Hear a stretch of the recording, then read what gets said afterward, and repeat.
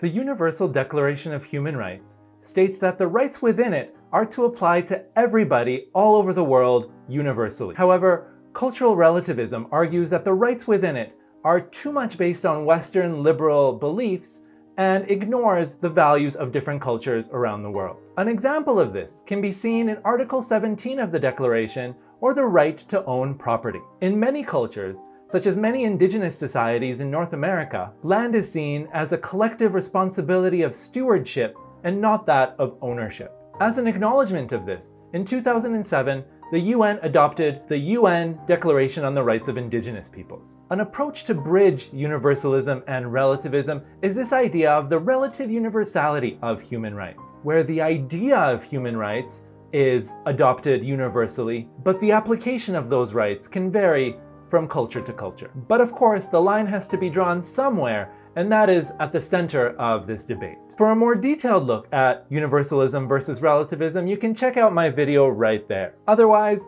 give this video a like, subscribe if you haven't already, ring that notification bell, and we will see you again next time.